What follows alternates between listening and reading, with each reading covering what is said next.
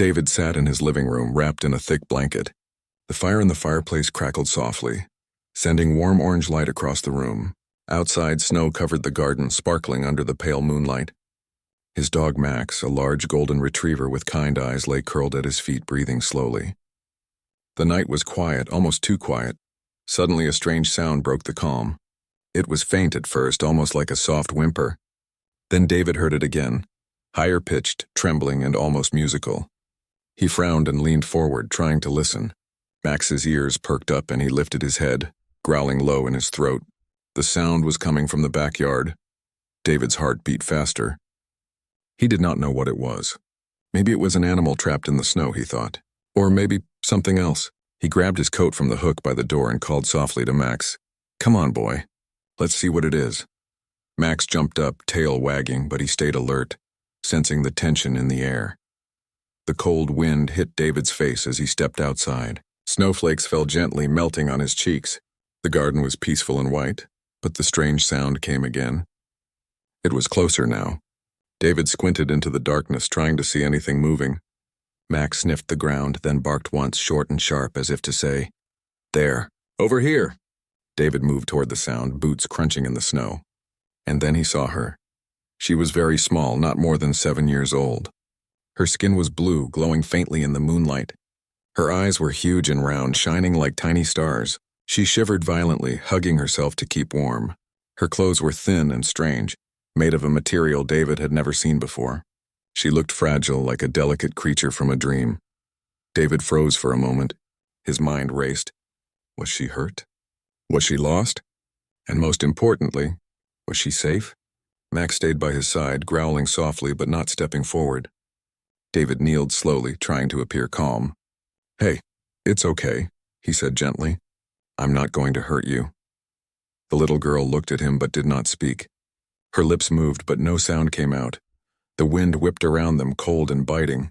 David removed his coat and carefully wrapped it around her small shoulders. She leaned into the warmth, still trembling, and pressed her face against his chest. Max sniffed her, then wagged his tail, sensing that she meant no harm. David carried her to the porch, his hands careful but steady. He felt a strange mix of fear and wonder. He had no idea where she had come from. There was no house nearby, no other people, just snow, silence, and a little girl who seemed completely out of this world.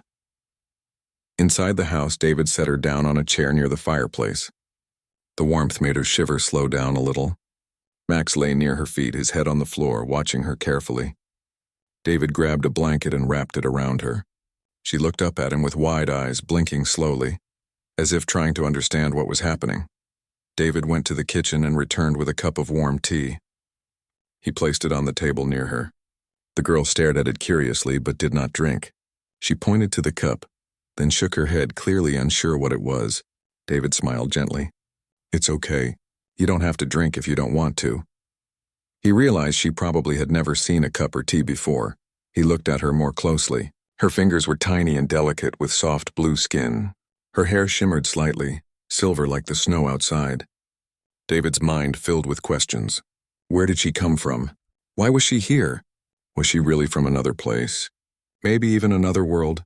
The girl's eyes wandered around the room, taking in everything. Furniture, books, the fire, Max. She seemed fascinated and frightened at the same time. David crouched down to be at her level. "My name is David," he said softly. "And this is Max. What's your name?" She tilted her head, confused, and then whispered something that David could not understand. The sound was soft, musical, and beautiful, but it made no sense to him. David realized he would need to find a way to communicate with her. But first, she needed to feel safe. He offered her a small smile and a gentle nod. The little girl seemed to sense his kindness. She reached out and touched Max's fur. Max licked her hand gently as if saying hello. Outside, the wind howled, but inside, the room felt warm and safe.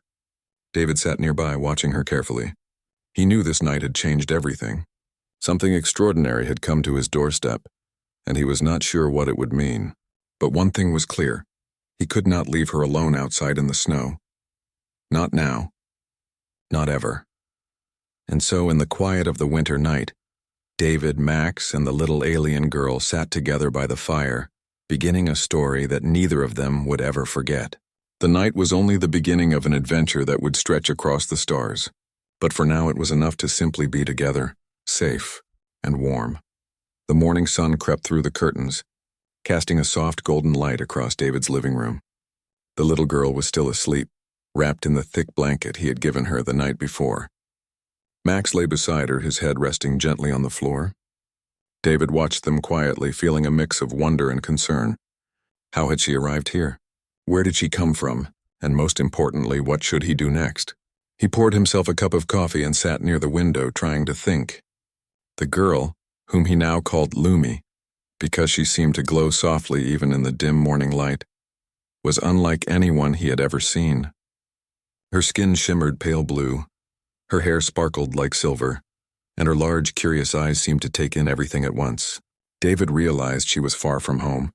She was alone, frightened, and very different from humans. After breakfast, David decided to try and wake her gently. "Lumi, wake up," he said softly, brushing a lock of her hair from her face. She opened her eyes slowly, blinking against the sunlight. For a moment she looked confused, scanning the room as if seeing it for the first time. Max wagged his tail and nudged her hand. She smiled faintly, reaching to pet him. David spoke slowly and clearly. "You're safe here. I won't hurt you." Lumi tilted her head, her large eyes studying him. She opened her mouth to speak, but no sound came out. David realized she could not communicate in any human language. Still, he was determined to help her. He brought out paper and colored pencils from a drawer. "Maybe we can try this," he said, showing her how to draw. Lumi's eyes lit up with curiosity. She took a pencil in her tiny hand and began making shapes and lines on the paper. David watched as she drew stars, a small planet, and what looked like a tiny ship. He realized she was trying to show him where she came from. David nodded, understanding a little. "You came from far away, didn't you?" he said gently. Lumi's eyes widened and she nodded slightly, a tiny glimmer of hope appearing on her face. Though they could not speak the same language, they were finding ways to communicate. David smiled, feeling a warmth he had never felt before. Over the next few days, David focused on helping Lumi feel comfortable. He built a small corner in the living room just for her, with blankets, pillows, and soft toys. Max stayed close, protecting her and keeping her company. He prepared meals she could try and let her explore the house at her own pace. Lumi began to trust him. She smiled more often, laughed softly when Max played with her, and even tried simple words, repeating sounds David made. Despite the comfort of home, David noticed that Lumi seemed restless. Sometimes she would stare out the window at the night sky, her expression a mix of longing and sadness. Once she drew another picture, a larger ship, stars, and a planet that glowed faintly. David realized she was trying to tell him she needed to return home, though she did not know how. One evening, while David was making tea, Lumi tugged at his hand and pointed toward the forest behind the house. He followed her outside, where the snow glowed under the moonlight. She ran to a small clearing, looked up at the sky, and made soft musical sounds. David stood quietly, unsure what to do. He realized she was calling for someone or something from her world. Max growled softly, sensing David's tension. David understood that this little alien girl was not just lost. She was far from home and in danger if discovered by the wrong people. His heart ached. He could not imagine what it must feel like to be so small, alone, and so different from everyone else around you. David decided he had to protect her, at least until he understood where she came from and how she could safely return. The thought of going to authorities crossed his mind, but he quickly dismissed it. He did not trust that anyone would understand or be kind. He had already seen the fear in Lumi's eyes. She needed safety and kindness, not strangers and questions. That night, David sat with her by the fire, watching her small hands trace the edge of the blanket. He tried again to teach her words, pointing to objects and saying their names slowly. Chair, table, fire. Lumi repeated after him, her voice soft but clear. Sometimes she laughed, and David felt a spark of hope. They were connecting little by little through patience and care. As he watched her sleep that night, David realized something profound.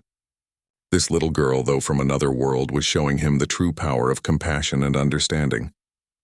He understood that humanity, kindness, courage, patience was a bridge even across stars, and in helping her he felt himself growing braver, wiser, and more hopeful. David looked out the window at the snowy yard. then at Lumi curled in the blanket beside Max. He knew their adventure was only beginning.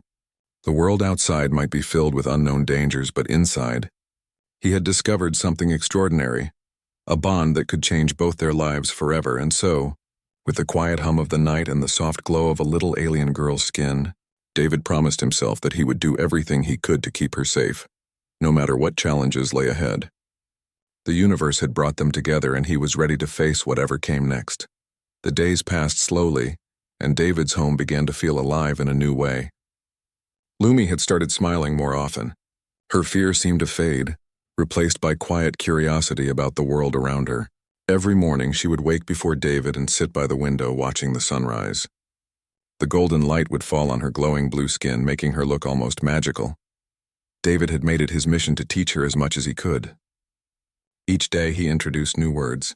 He pointed to objects, said their names, and waited patiently for Lumi to repeat them. "Door," he would say, tapping the wooden frame. Lumi would repeat softly, "Door." Her accent was different, but her voice was sweet and musical. David encouraged her every time, smiling proudly. Max also played an important role in Lumi's learning. Whenever David said the word dog, Max wagged his tail. Lumi soon learned to say dog and would giggle as Max happily responded. David realized Lumi was clever and quick to learn. Though she spoke only a few words, she had started using them at the right moments, making communication easier. One cold afternoon, Lumi surprised David by drawing something new. She picked up the pencils and drew a picture of a small glowing circle, then a larger one beside it. Next, she drew a tiny figure that looked like herself and another figure that looked like David. She pointed to the larger circle, then to herself, then back to David. David stared at the drawing, trying to understand. "You mean, you and me?" he asked. Lumi nodded. Then she pointed to the glowing circle and looked sad. David realized she was saying she came from there, her home, and that she missed it. His heart ached for her. "I know, Lumi," he said softly. "You want to go home?" That night, David lay awake thinking. Lumi was not just a visitor. She was a child far from home, probably with family somewhere out there searching for her. He had to find a way to help her. But how could he contact another planet? He had no technology, no knowledge about where she had come from. In the following days, David tried to help Lumi feel more comfortable while he thought of a solution. He built a small play area for her in the corner of the living room, using pillows, blankets, and old boxes to create a little house. Lumi loved it. She would sit inside with Max and play with whatever David gave her, pencils, cups, even a small flashlight.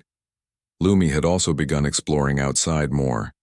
David would take her to the backyard, where she walked carefully on the snow, leaving small footprints behind.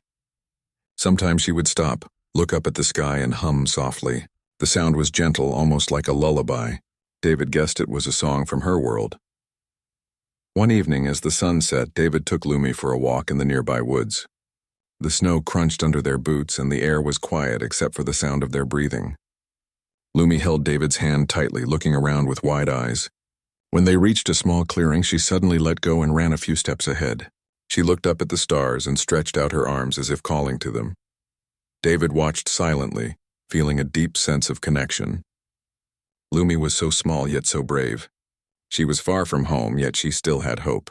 He realized that her courage was inspiring him too. If she could stay strong, then he had to be strong for her as well. That night, after Lumi fell asleep, David sat near the fireplace, lost in thought. He pulled out an old notebook and began writing down everything he had learned about Lumi. Her drawings, her gestures, her attempts to speak. Maybe someday he could show it to someone who could help. But for now, it was just between them. Max patted over and rested his head on David's knee. "We have to protect her, Max," David said quietly. Max wagged his tail as if agreeing.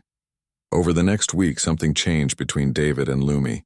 She began trusting him completely. When she was frightened by a sudden noise or the wind howling at night, she would run to him and hide in his arms. She laughed when he made funny faces. She listened carefully when he taught her words. And sometimes she even tried to teach him her strange musical language. One night, as they sat by the fire, Lumi pointed to David's chest and said, "Friend." The word was clear, and her glowing eyes sparkled with happiness. David felt his heart swell. "Yes," he said softly. "Friend. That simple moment meant more than anything else. Lumi was not just a visitor anymore. She was part of his life, part of his family. But even as the bond grew stronger, David knew that their peaceful days could not last forever. Sooner or later, someone might notice her glowing skin or strange clothes. And if they did, they might not be as kind as he was. For now, though, he allowed himself to enjoy the moment.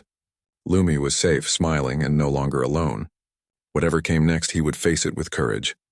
And as the fire burned low, David glanced at the stars outside the window, silently promising Lumi that one day he would find a way to take her back home, no matter how far across the universe that home might be. The peaceful days could not last forever. David had known this from the start, but he hoped for more time. Lumi had been living with him for almost 2 weeks now, and each day they had grown closer.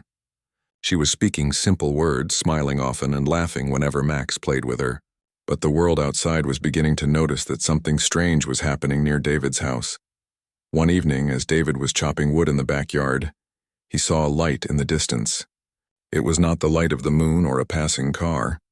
It was small, sharp, and moving slowly through the trees like a search beam. Max barked loudly, running toward the fence. David froze. Who could be out there in the cold, shining lights in the forest? He quickly went inside and found Lumi sitting by the window, watching the stars. "Lumi, come here," he said gently but firmly. She looked at him with wide eyes, sensing his urgency. He led her to her little corner and handed her a blanket. "Stay here. Quiet, okay?" Lumi nodded nervously. Later that night, David saw something even more worrying. A small drone hovered outside his house, its red light blinking softly. He quickly turned off all the lights and pulled the curtains shut. The drone stayed for a few seconds, then flew away silently. David sat at the table, running his hands through his hair. It was clear now. Someone was looking for something. And if they found Lumi, there was no telling what they would do. He remembered all the stories about secret agencies taking things they did not understand. He could not let them take Lumi. The next morning, David decided to take precautions. He packed some food, blankets, and supplies. Then he led Lumi and Max to a small hidden spot deep in the woods where he had once built a simple shelter for camping. It was far enough from the road that no one would see it easily. "This will be your safe place," he told Lumi. "If I say we have to hide, we come here." Lumi listened carefully, her big glowing eyes serious. She seemed to understand. She even helped arrange the blankets inside the shelter, making it warmer. Max stayed nearby, sniffing the air as if on guard. That night, just as David feared, the noise of engines came from the distance. Several dark vehicles moved slowly along the road near his property. He quickly turned off every light and held Lumi close. They stayed quiet, hardly breathing until the sound faded away. But the tension did not stop. The following day, David noticed footprints near the edge of his property. Someone had been there, walking around, looking. His heart pounded. Time was running out. That evening, Lumi seemed unusually quiet. She sat by the fire, staring at the flames, holding Max's fur tightly. David sat beside her and said softly, "It's going to be okay. I'll keep you safe." Lumi looked up at him and then reached for the paper and pencils. She drew another picture, this time a ship with bright lights hovering above a forest. She pointed to the ship, then to the window, then back to herself. David understood immediately. She was telling him that help might come, that someone from her world could be looking for her too. This gave David hope. If he could keep her hidden long enough, maybe her people would find her first. But hope was quickly mixed with fear. Later that night, the drone returned. This time it came closer, shining its light through the gaps in the curtains. Lumi gasped and hid under the blanket. Max growled, his fur standing up. David grabbed a flashlight and shone it toward the drone, hoping to scare it off. The drone backed away and disappeared into the trees, but David knew that whoever was controlling it now had proof that something unusual was at his home. The next morning, David made a firm decision. If things became too dangerous, he would take Lumi to the forest shelter and stay there until the search stopped.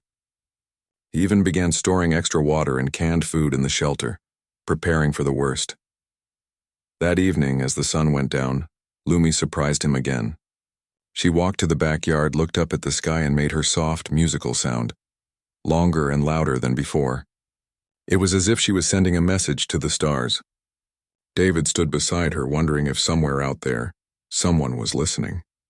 When they went back inside, David felt a strange calm. Yes, danger was coming closer, but he also believed that Lumi's people might be closer than ever. He only needed to keep her safe a little longer. That night, as he sat by the fire, David stared at the rifle hanging above the fireplace. He had never wanted to use it. He was not a violent man, but if it came to it, he would do whatever it took to protect Lumi. And as the wind howled outside and the world seemed to grow colder, David knew the quiet days were over. The next step would decide everything, whether Lumi would stay safe or be taken away. The night was unusually quiet. No wind, no sound of animals, only silence. David stood by the window, staring out at the dark forest. Max lay near the door, his ears twitching, sensing something in the air. Lumi sat near the fireplace, hugging her knees, her glowing skin faint in the dim light. Suddenly, a soft hum filled the air. At first, David thought it was another drone, but this sound was different. Deeper, smoother, almost comforting. Lumi jumped to her feet, her eyes wide with excitement. She pointed toward the sky, then ran to the door. Max barked once, wagging his tail. David grabbed his coat and followed them outside. In the middle of the snowy yard, a soft beam of light shone down from above. Slowly, a small ship descended, glowing with blue and silver light. It was beautiful, smooth, round, and silent as it landed. Lumi's face lit up with joy. She turned to David, then ran toward the ship. Before reaching it, she stopped, as if remembering something, and ran back to him. She grabbed his hand and held it tightly, her glowing eyes full of emotion. David knelt down to her level. "So this is it," he said softly. "Your family is here." Lumi nodded, tears welling in her bright eyes. She pointed to the ship, then to herself, then to David, as if asking if he understood. "I understand," David said, smiling sadly. "You have to go home." The door of the ship opened silently, and two tall figures stepped out. Their skin glowed the same blue as Lumi's, and they wore shining silver suits. They looked at David with calm, kind eyes. One of them spoke softly in a language David could not understand, but Lumi smiled and ran to them. They knelt and hugged her tightly, holding her as if they had missed her for a very long time. David stood quietly, watching the reunion. A wave of relief washed over him. Lumi was safe. She was going home. But then, from the distance, David heard the sound of engines. Black vehicles were approaching fast, their headlights cutting through the darkness. The government agents had found them. David's heart raced. He turned to the glowing figures. "You have to leave now," he shouted, pointing toward the road. They seemed to understand.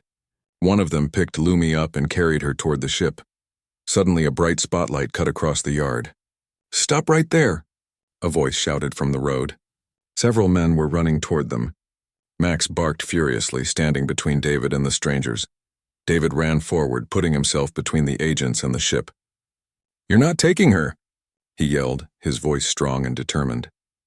The agents stopped for a moment, startled by the sudden light from the ship. A deep humming filled the air as the craft powered up. The glow became brighter, forcing everyone to shield their eyes. Lumi wriggled free from the tall figure's arms and ran to David one last time. She threw her tiny arms around him, holding him tightly. David hugged her back, feeling tears in his eyes. "Go," he whispered, "be safe, and don't forget us." Lumi looked up at him and said softly, "Friend." It was the first and last word she spoke that night. She turned and ran back to the ship. The tall figures guided her inside. The ship's door closed with a soft hiss, and then, with a flash of light, it lifted off the ground. The beam of light disappeared, and the craft shot upward into the sky, faster than anything David had ever seen. In seconds it was gone, leaving only the sound of the wind and the stunned agents standing in the snow. The men shouted questions, but David said nothing. He simply stood there, staring at the stars where Lumi had vanished. Max came to his side and sat quietly, as if understanding what had just happened. After a few minutes, the agents gave up. They searched the yard, but there was nothing to find. No tracks, no ship, nothing but snow and silence. Finally, they left, frustrated and confused. David walked back into the house, Max following close behind. The fire had gone out, leaving the room dark. But David didn't feel sad. Instead, he felt something else, pride. He had kept his promise. He had protected Lumi until she could go home. Later that night, David sat by the window looking at the stars. Somewhere out there, Lumi was safe with her family. Maybe one day she would return. Maybe one day he would see her again. For now, it was enough to know that he had done the right thing. Humanity, he thought, was not just about science or technology. It was about kindness, courage, and the ability to care for someone different. And tonight he had shown that.